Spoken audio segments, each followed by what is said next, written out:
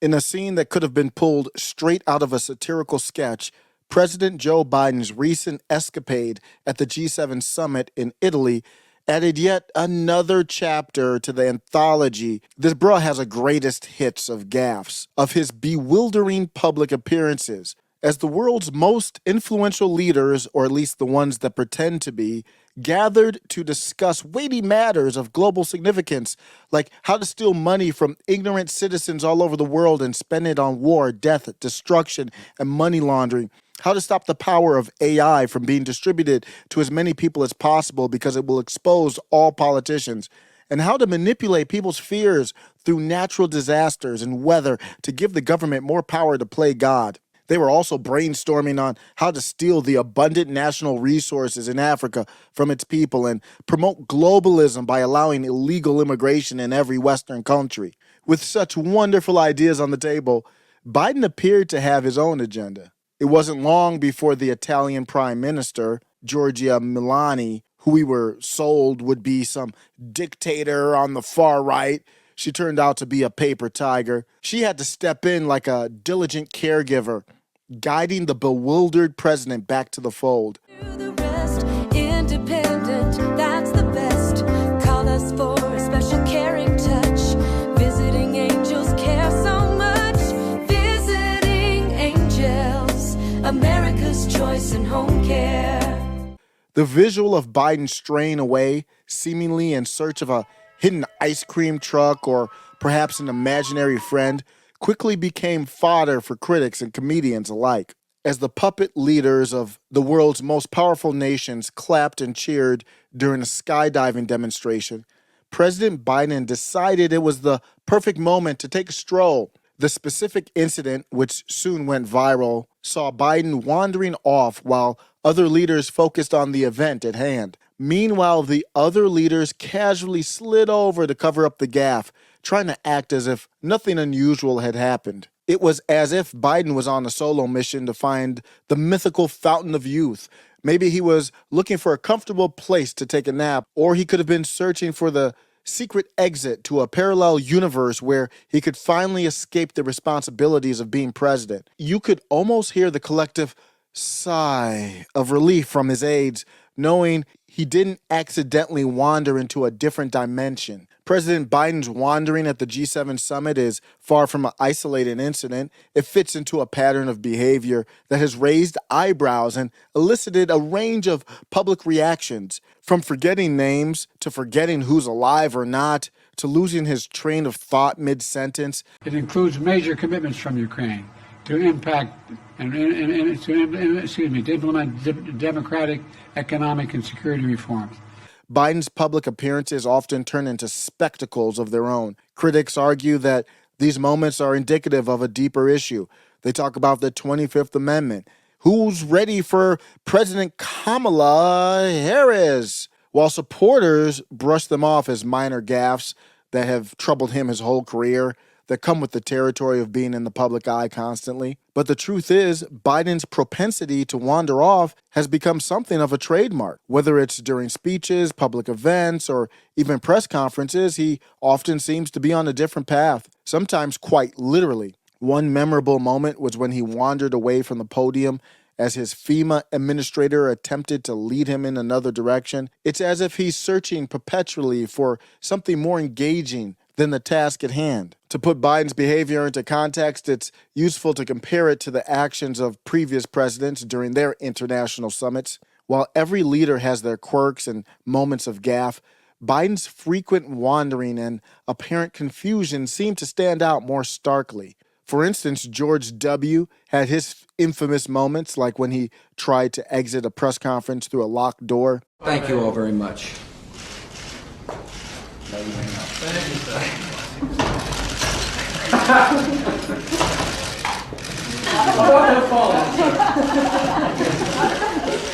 was trying to escape. Or his awkward shoulder massage of German Chancellor Angela Merkel at a G8 summit. Barack Obama, despite his eloquence, once mistakenly referred to a group of Navy corpsmen as corpsmen. Navy corpsman Christian Bashar. Corpsman. Ever want to get away? Yet these moments were more isolated compared to the regularity with which Biden appears disoriented. In contrast, President Donald Trump often projected confidence and decisiveness, albeit sometimes controversially. One notable incident was during a NATO summit in Brussels, where Trump pushed aside Montenegro Prime Minister Dusko Markovic to get to the front of the group. Well, he's a boss.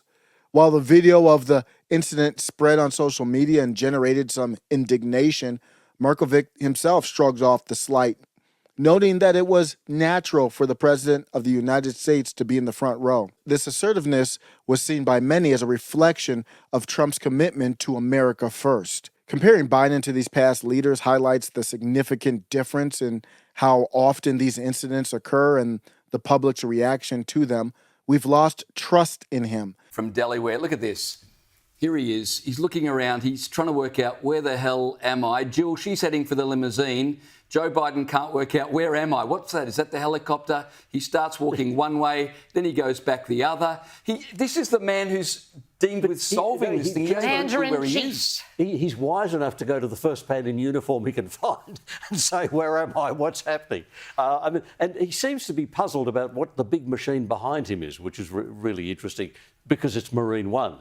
Even his own supporters don't trust him to walk from the helicopter to the White House, alone at least.